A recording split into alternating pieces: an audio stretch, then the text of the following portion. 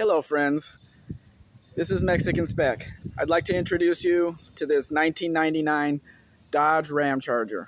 This is the last generation they had made of the Ramcharger, which lasted until 2001. I bought this truck for a client. It took me months to find one this nice. So let me show you some parts of it. The front end, you can see it has the Ram Sport front bumper. That was standard on the SLT model. This is the SLT Plus, the top of the line. This Ramcharger emblem here was put on by somebody, I don't know who. That did not come factory. The running boards did come from factory. The wheels are from a 2000s model Ram. They did not come on this truck originally. It is a two-door. Sorry for the sun reflection. It is a two-door with this small window and then this back window here. Coming back around to the back. I can hear you laughing already. As we know, this tailgate came from a Dodge Caravan. It is the exact tailgate that came from a Caravan, but they had to use what they had to use. So they couldn't really, when they designed this truck, they couldn't really just create one out of nothing, because they didn't sell a lot of these trucks, so it would not have been cost effective. The taillights are Ramcharger only, and this one did come with the hitch, although I'm trying to get the wiring straightened out on this. I had to order some parts on Amazon. It has a rear window wiper, and I will show you the switch in a minute. Inside, they kind of like stuck it on the dashboard somewhere, because Ram trucks do not have that, so they didn't really have a place to put it. The clear headlights were standard on this truck. This truck has the 5.9 liter engine. The lower model did come with a 318, the 5.2. Being the upscale model, it comes with, I guess this could be leather or vinyl, I don't know which, with the velour interior. The lower model came with all cloth, all gray, all cloth. The power seats, lumbar, reclining, all of that. This dash cover, this face here, I think somebody put that on. It was not factory. You can see it still has the passenger airbag off over there, which an SUV does not need, but they did not take it out either. And down there, this right here, you can see is the rear wiper switch. They just kind of stuck it on there. They had nowhere else to put it, because Rams don't have rear wipers. Now, I've owned a 2000 Durango for over 20 years, and the headlight switch is here, the vent is here. So every time I would turn off this truck, I would grab this switch, I would grab the vent to turn my headlights off, and then I had to switch it up here to do that. The back seat is also the two different materials, and some of these actually had a third seat back there, but it would be facing the right-hand window. Kind of an odd thing.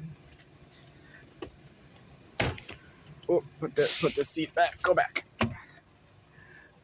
This center console will fold down with a little bit of work. We have this up here, and somebody put LED bulbs everywhere in this thing, absolutely everywhere. So let me open this back here.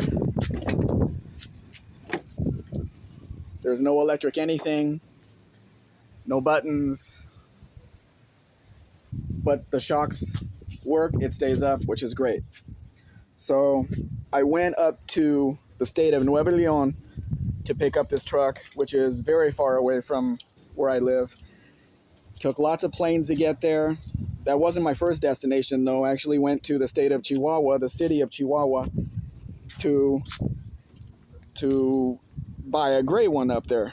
Unfortunately, it wasn't what the owner said. Plus, he did not have the correct paperwork for the truck. It would never have worked. So we avoided that one. Found a red one that needed absolutely everything. Oh, by the way, this is 2-wheel drive. These never came in 4-wheel drive. So anyway, so the red one needed everything, and I was having nightmares about having to restore the whole thing from the ground up. It needed tires, it needed brakes, it needed paint, it needed interior. It had this same interior, but it was trashed. It did have the third seat in the back, and the back seat and the third seat were in perfect condition, but the front seat needed work, so I didn't know how I was going to redo the seat to make it look factory. So anyway, so the day I'm in Chihuahua, I see this, the owner of this messages me that I had messaged him a long time before, and it was just a coincidence that while I was up in that area, he messaged me and said, yes, it's available. So we said, okay, we're heading over there. Well, there was no way to get there from where I was, which was only 8 hours away. No way to get there directly because they had one plane leaving, one direct flight, which left at 9:30 at night. So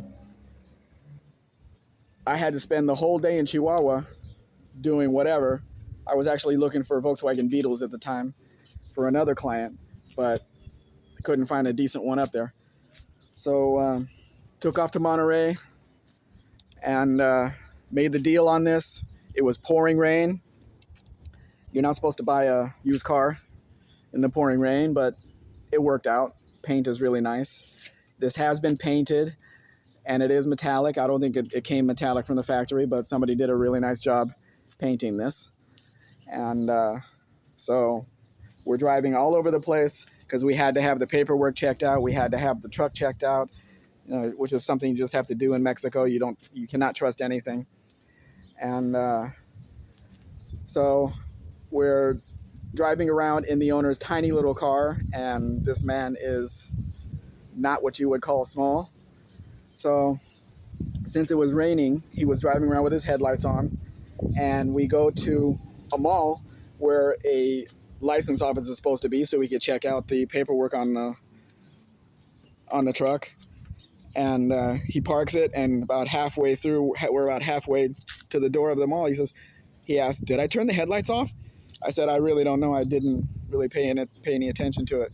So we're inside for a while, find out there's no license office there. It moved quite some time ago, but the internet still says it's there. Okay, so I'm trying to figure out how to wire him money, figure all that stuff out. And we come out to the car, and yes, he left his headlights on, and yes, it ran the battery down. So in the pouring rain, my wife and I have to get out of his tiny little car, push him out of the space, and then push start his car down in the parking lot to get it to run again. So from there, we finally did find an office that was open, found the paperwork was all in order. The truck is paid up till this year, no problem at all. And we buy the truck, still pouring rain, and you can see how high it is. It's much higher. It has a lifting block in the back, and I think they did that because they put these big tires on. So I'm not comfortable in this truck. It's higher. It's got new tires, but I don't know how the thing would handle in anything. So I was not driving very fast. So raining, brand new truck I just got, was not feeling very stable to me. So I was not driving fast on the highway at all. So we started heading south, and we got to a place called Torreon, Coahuila, and we looked around, and my wife and I said the same thing. No, we are not staying here tonight. This is not a good looking place. So we started heading out. It took me 12 hours to drive an 8-hour The map said it's supposed to take 8 hours. It took me 12 hours to drive there. So I said, okay, what's another couple hours to get to Durango, the city of Durango? So as we're driving, we left Torreon, heading to Durango. As I said, I was not driving very fast. The fastest I drove this was 105 kilometers per hour, like 65 miles an hour on the highway. So we're just out there. It's 2 lanes on each side. And I'm coming up to a big rig towing 2 tanker trailers. And the first trailer was filled with milk. The second trailer was empty. You might be asking how I knew that as I'm driving past. Well, the second trailer starts to fishtail a little bit as I'm passing it. And my first reaction is to put my foot on the brake, let him figure it out, and handle it. Well, the second trailer started to go over to the right into the ditch. It pulled the first trailer into the ditch, and when I saw it pull the cab into the ditch, I saw the driver turn his wheels towards me, and I floored it and got past there. Unfortunately, I did not get past there without damage.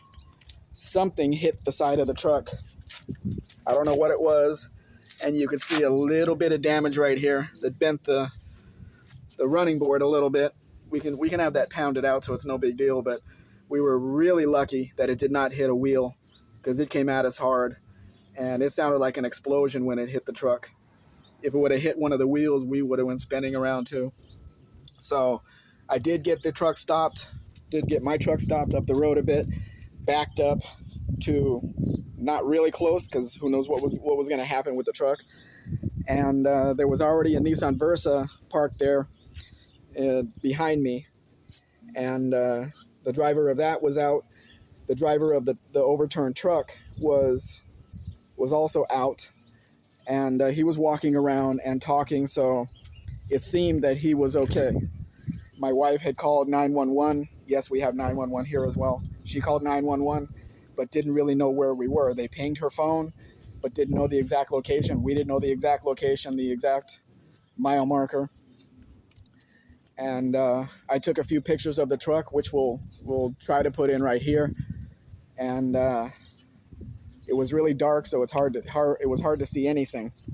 But I went back to the truck and looked for the damage over there, and then she and I both walked back to where the driver was, and she saw him holding the back of his head, and she asked him to let her look at the injury, and the back of his head had started to swell up, but it was not bleeding, it was not cut, it was more of a I don't know, I forgot the word, but it wasn't cut, he wasn't bleeding, but it started to swell up, and we're out in the middle of nowhere.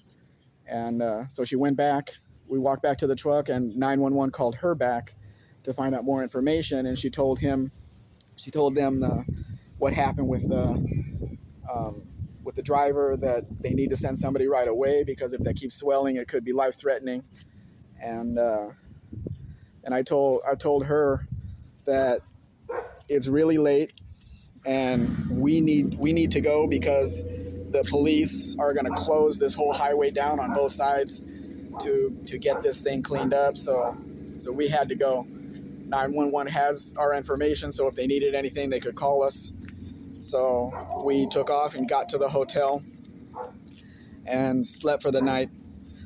And then we got up in the morning, and I figured, okay, I saw an advertisement for these Volkswagen Beetle wheels here, wheels and tires. And these are the wheels that my client wanted on his Beetle, so I can find a Beetle for him that has different wheels, and we can just sandblast these and paint them and put them right on. So I thought that was a good deal. So this being Durango, not the best area, we found GPS led us to his house. I parked the truck across the street. It was a really wide street, really, like, 4 cars could pass on the street, but it was a residential street. I don't know why it was so wide. So I parked the truck on the right-hand side in front of his house. He lived on the other side. We talked to him. He says, oh, the wheels are in a warehouse on the next block. So I left the truck there, and we walk over to the warehouse, and we go inside, and I look at the wheels, and the tires are from 2009, so I'm not going to be able to use them. So I offered him less money, and he accepted. So I walk out the front door to go bring the truck, and at that time I see 4 white Ram trucks have blocked the street, and I see this man dressed in black with a bulletproof vest and a very large rifle in his hand basically running towards me. So I went back in to the warehouse, told the guy we were with, I said, something's going on out there. So he went out, saw what was going on, closed the door. The 3 of us went into a back room and just sat there. The place was made of brick, so we felt like we were protected. We heard screaming from the men, from the officers. Then we heard the woman in the house screaming. We heard 2 gunshots, whether they shot inside the house or they shot up in the air. I really don't know. No bullets came down on us, so we were lucky. And it took about 15 minutes before that all cleared up, and the 4 white Ram trucks had taken off. Now, it could have gone either way. They could have been good guys or bad guys, I don't know, because the trucks were not marked. But they were all exactly the same model, and the bad guys usually don't go to the dealer and say, hey, I want 4 of the same trucks, give them to me. They usually just grab whatever truck they can get from somebody, and they wouldn't have been the same. So I'm figuring they were the good guys, they were the police. So I brought the truck over, and loaded up these wheels and tires, and we got out of there as fast as we could, which wasn't too fast because I wasn't driving this that fast. So we got back on the highway, and the highway between Durango and Mazatlan, Sinaloa is going through mountains, up and down, up and down, up and down, which used a lot more fuel in this than just on the regular highway. But it was sunny, so you would come into a tunnel. They had tunnels going through. They didn't go over the hills, they went through the hills with tunnels. You would come into a tunnel, and then there would be an immediate turn to the right or to the left.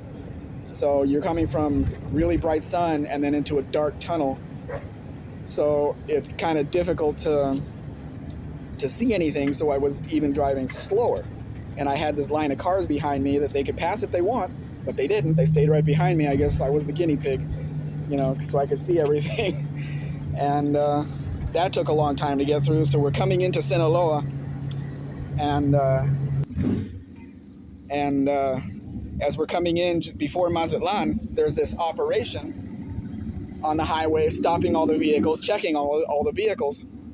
I said, okay, fine, whatever. So they see me and immediately tell me to pull over to the right. And a bunch of guys in black came over, a lot of young guys in the operation, 19, 20 years old maybe.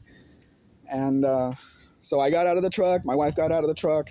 I'm standing like right here talking to 2 of the guys, and we're just talking about the truck. Beautiful color. It's such a rare truck. It took me months to find it. We're laughing about the Caravan tailgate. It's pretty much a joke, and all of that stuff. My wife is on the other side of the truck, showing the guys, oh yeah, go ahead, open up the center console. You can open up our bags. You can look in here. I'll open this for you. Whatever.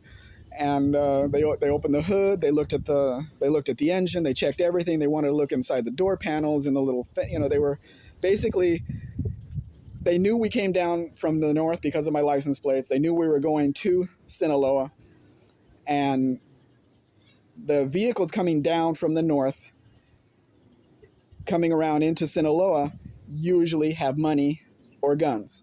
So that's what they were looking for in this truck. But apart from them looking at the truck, they were looking at how we were reacting to what they were doing.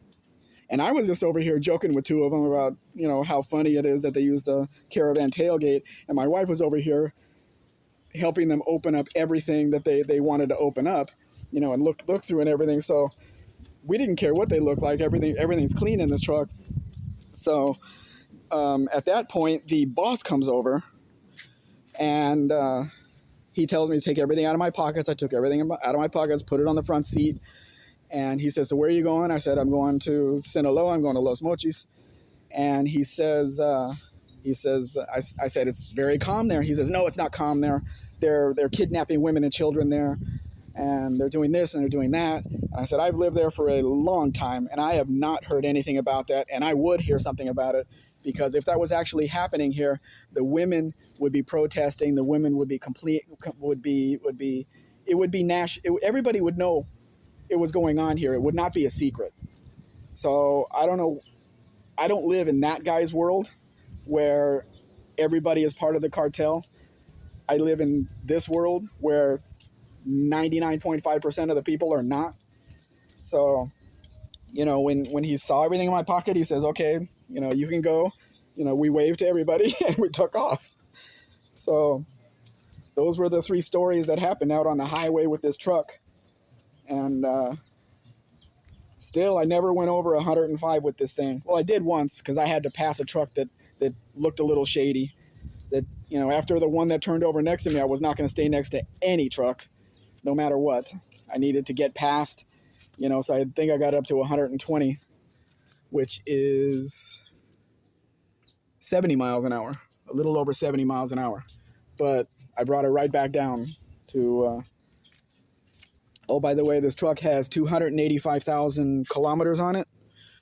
The brake pedal, you can tell, but the rest of the interior, no. It does have rear air too. Front air, rear air, all that stuff. Very nice truck. I have to keep it here with me until April. It has to be here for 6 months before it can cross, because it is not actually 25 years older yet. So when it does become 25 years old, which is